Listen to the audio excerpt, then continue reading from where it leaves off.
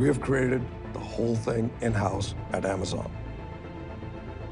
You need just about every technology area to contribute to build the satellite, the propulsion system, the solar arrays, the silicon, the phased array antennas, the optical inter-satellite links. The team has to be innovative, agile, resilient as we're moving very, very fast. Building, testing, developing in-house has been an extraordinary ingredient. When we first proposed Project Kuiper internally, one of the first questions was, can you produce an affordable customer terminal? We knew that was going to be the linchpin of our system. The big breakthrough for us was combining transmit and receive antennas into a single aperture. No one had ever done this in the Ka-band. That let us pack a ton of performance into a really compact, really low-cost design. We're going to build tens of millions of these antennas, and we are well on our way. The design is done. We're now in the factory manufacturing it. We talk about the satellites in constellation, but Kuiper is a satellite constellation being operated as a network across hundreds of ground gateway terminals. Our ground network is spread out all over the world, and each site connects back to AWS. We already have a bunch of these sites installed everywhere from Australia to Germany, and more of them are coming online every month. There's a big difference between launching 2 satellites and launching 3,000 satellites. The past couple of years, my team has really been focused on how to achieve scale. Our own dedicated payload processing facility gives us the ability to control our own destiny. We've got the capacity to integrate up to 5 satellites per day and launch 3 simultaneous campaigns. Heavy lift rockets have higher performance, so we can take more satellites to orbit on any given launch. All of our heavy lift launch partners have had a successful first flight, so that's been a pretty exciting thing for us to see because we made those investments years in advance. All of the pieces have come together to support that first launch, and the next one, and the one after that. It might not all go perfectly, but we have an incredible commitment to this project and an incredible team committed to its mission. All roads lead here. A countdown to launch. And with more than 80 missions planned, we're just getting started.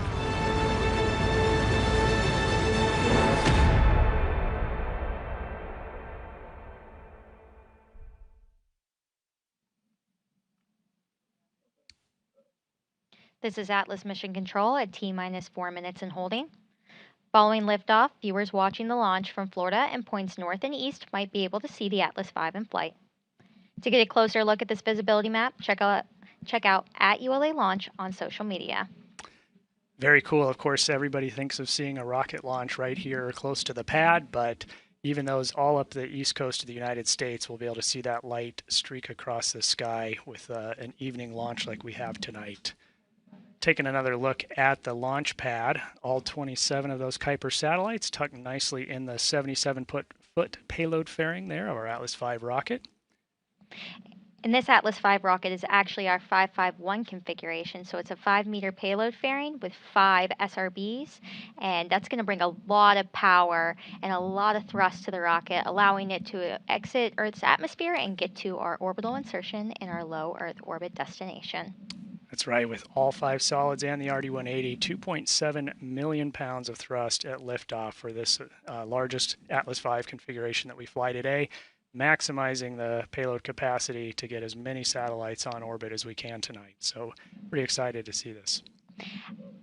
As we get closer to the opening of our launch window, let's have a look at the weather forecast the launch team just received from Space Launch Delta 45 Weather Officer Brian Belson. Yes, Brian is not on with us tonight on another assignment, but he did hand us the forecast. We do have a probability of violating launch constraints between 25 and 35%. It actually starts out lower at the beginning of the window, and then at the 20% it increases up to 35% as we make our way through the window. Ground winds are 17 knots out of the east, and temperature is 73 degrees. Primary concern for launch today is cumulus clouds, anvil clouds, and surface electric fields. So we are watching the weather very closely, as we always do. As we mentioned earlier, those weather rules are just as important as any other flight rule, but this weather today looks much better than our first attempt. That's right, Caleb. And these weather rules are designed to keep the vehicle safe from wind, lightning, and other potential weather risks. And we mentioned earlier about measuring the surface electricity, and that's basically the smarter way for saying that we are watching the lightning and the potential for it to be in this area. One thing that we always notice here when you get a live look at Atlas on the pad is that you have 4 lightning towers situated around Atlas. And so that basically is there as a mitigation strategy. If there is lightning in the area, it's supposed to conduct through the towers instead of hitting our rocket and our very precious payload. Very good. And you can get a better view of the clearer skies that we have. Still some clouds in the area, but still proceeding toward launch with acceptable weather right now. SRB ignition enabled. Box 2, verify CISA purge flowing GN2 to the CISA. Verified. OSM, verify the FCO, ROC, and OSM whole fire switches are in the proceed position. Ready to proceed. RLM, verify red line monitor event table are in the correct configuration for terminal count. Verified. RC, verify solar radiation acceptable for launch. Verified. Launch on time verified. Roger. LC, switch to the ready position. All steps are complete prior to the status check. We remain in the planned 15-minute hold as we continue towards liftoff. In a few moments, ULA launch conductor Scott Barney will poll the team for the final go to pick up the launch countdown. The launch coordinator conducts the launch team during countdown similar to how a symphony conductor is coordinating an orchestra. 28 engineers are polled to confirm the rocket is ready to proceed. This is the final status check for all Atlas vehicle systems, ground systems, and the payload, as well as the U.S. Space Force Eastern Range. Let's listen in as he performs the poll. L-8 minutes.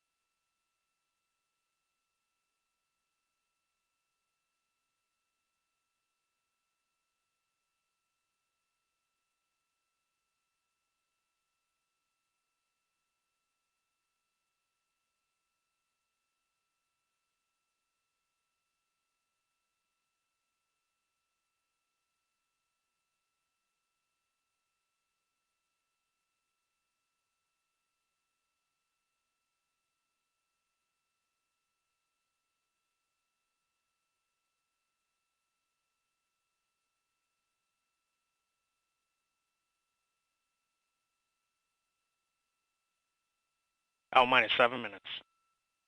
Status check to proceed with terminal count. Atlas systems, propulsion. Go. Hydraulics.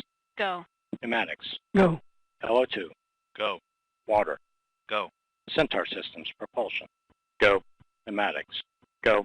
LO2. Go. LH2. Go. House gas. Go. Electrical systems, airborne. Go. Ground. Go. Facility. Go. RFFTS. Go. Flight control. Go. GCQ. Go. Op support. Go. Com. Go. Availables. Go. ECS. Go. Redline monitor. Go. Quality. Go. Op safety manager. Go. ULA safety officer. Go. Vehicle system engineer. Go. Anomaly chief. Go. Range coordinator. Go. Launch director. You have permission to launch. Proceeding with the count. ALC, verify T0 is set for 2301 Zulu. Verified.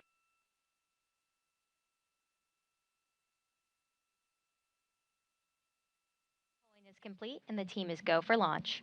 From now until liftoff, launch conductor Scott Barney and the launch team will continue reporting the final steps in today's countdown.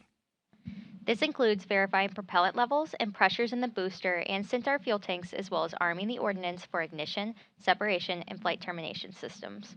At T-1 minute, the range confirms it is in a green condition for launch, assuring there are no nearby constraints like boats, planes, or weather, and that all tracking systems are operational. At T-25 seconds, you'll hear Go Atlas, Go Centaur, Go Kuiper. This is the final status check for the rocket and the payload.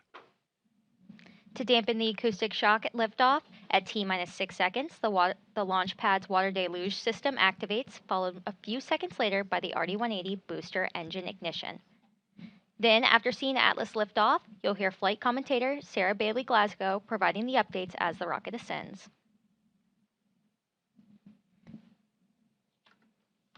So, as you might have noticed, voices playing in the background of this broadcast, that is actually voices being played on our Channel 1 broadcast, which is our internal net system. So hearing that provides a unique commentary that you normally don't see in this industry, and it kind of gives you a feel of what our exact engineers feel when they are sitting on console here. So we are listening to that together live. Yeah, very cool to be hearing Channel 1, the launch conductor, as well as the team as we proceed into these final minutes prior to launch. You'll hear them working through all those final steps leading up to the T0, which is now 1 minute past the hour at 7:01 Eastern Time.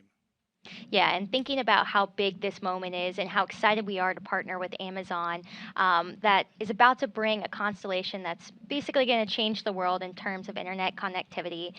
And it's really cool that we're doing this on Atlas, which is the OG of rockets. And Atlas has launched so many unique missions and unique payloads and set so many records in the space industry. So it's really cool to see a payload that's both going to share on Atlas and Vulcan as we ride into this future of ULA together. Really is cool to launch this new era, and we were so excited about talking about Atlas. We went right past the T-4 hold release, so you can see that hold is released and the clock is counting. We are at just about T-3 minutes and 18 seconds. After liftoff, ULA's Atlas V rocket will fly northeast from Space Launch Complex 41. Here's a look at today's flight.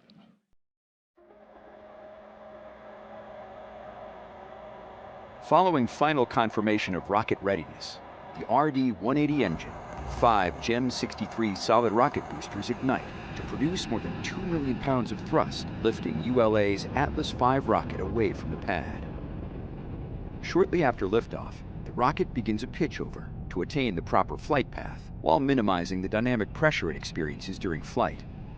Atlas then reaches Mach 1, the speed of sound. The addition of 5 solid rocket boosters, or SRBs, precisely augment the liftoff thrust of the Atlas V, giving it the power to deliver the payload to orbit. With their propellant expired approximately 96 seconds into ascent, the SRBs burn out, followed by jettison. Atlas's guidance system then begins steering towards the precise target in space. Amazon's Kuiper satellites are encapsulated inside a 5-meter diameter payload fairing, which provides protection to the spacecraft during ascent. After crossing the Kármán line, entering space, the payload fairing is jettisoned. With the majority of propellant expended fighting against the force of gravity, the RD-180 engine shuts down and the booster stage separates. The rocket then begins second stage flight, weighing less than 7% of what it did at liftoff. ULA's high-performance Centaur, with its RL-10 engine, ignites, powering the upper stage and spacecraft into a circular low Earth orbit. The first burn comes to an end with engine shutdown, followed by Centaur orienting into the proper position to release Amazon's Project Kuiper satellites to begin building their low Earth orbit satellite broadband network. For those of you just joining us, I'm Caleb Weiss here with Britt Porcelli for today's live coverage of ULA's Atlas V launch of Amazon's Project Kuiper satellites. At this time, the team is not working any issues, and we're proceeding towards our liftoff at 7:01 p.m. Eastern. Range green. And we just came inside of T-1 minute.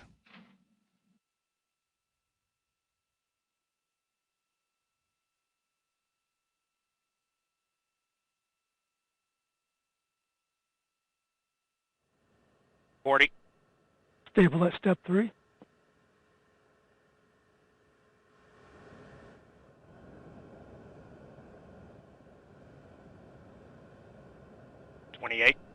Verify ECS reduced for launch.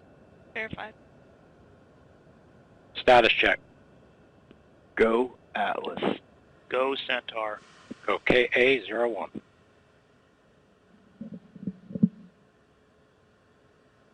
T-minus 10, 9, 8, 7, 6, 5, 4, 3.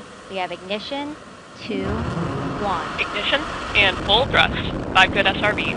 And liftoff of the United Launch Alliance Atlas V rocket, carrying satellites for Amazon's Project Kuiper internet constellation, marking the start of a new chapter in low Earth orbit satellite connectivity. GBNews is now on closed loop control, engaging first throttle segment.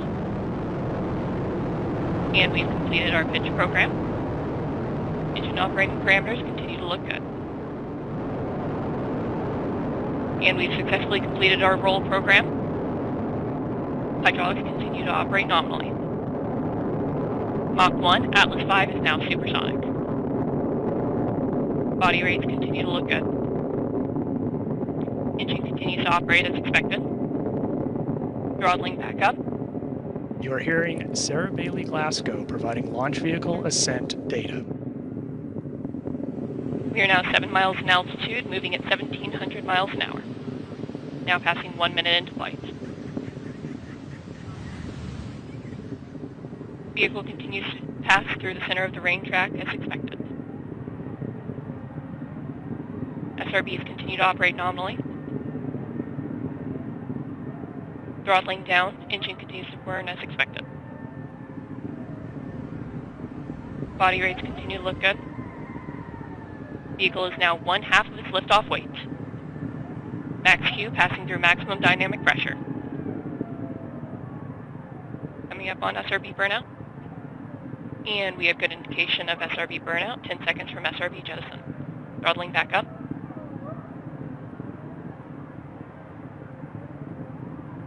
And we have good indication of jettison of all 5 SRBs. Engine continues to burn normally.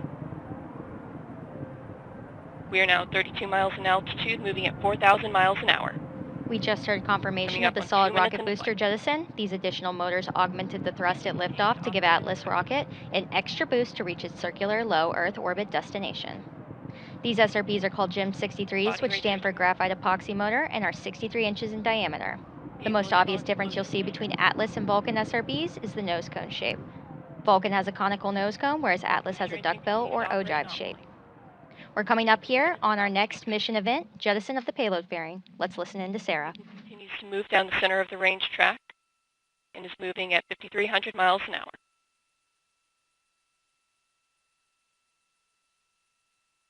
Body rates continue to operate nominally. And we are now holding acceleration at 2.5 Gs in preparation for payload fairing jettison. And we have activated the Centaur reaction control system. And we have passed the Kármán line. We have exited Earth's atmosphere. Vehicle is now 1/4 of its liftoff weight. And we have good indication of payload fairing jettison. And good indication of CFLR deck jettison. Engine continues to operate as expected. Flight commentator Sarah Bailey Glasgow just called out confirmation of payload fairing jettison. The composite fairing protects the spacecraft as it pushes through the harshest parts of the atmosphere. Next, we'll hear callouts for cutoff of the Atlas first stage engine and separation of the booster stage, followed by ignition of ULA Centaur's second stage. These events occur when the first stage has escaped Earth's atmosphere, getting above the Kármán line and into space. The Centaur upper stage, with the Kuiper satellites attached, then takes over on a trajectory to a precise location in space. Let's just listen in as we approach these milestones. Body rates are smooth. Hydraulics continue to look good. 30 seconds to pico. Boost phase chill down in progress. Temperatures are operating as expected. PU has gone to open loop control as expected. Engine continues to operate nominally.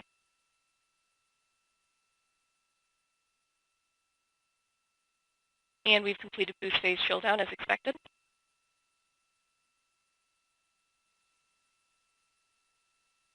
And we have good indication of booster engine cutoff. And we have good indication of Centaur separation. Restart on fuel and locks, good staging.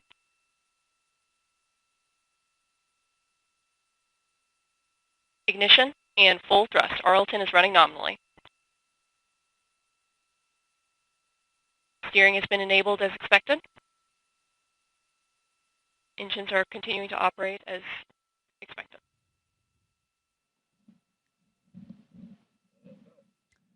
This is Atlas Mission Control at T+5 minutes.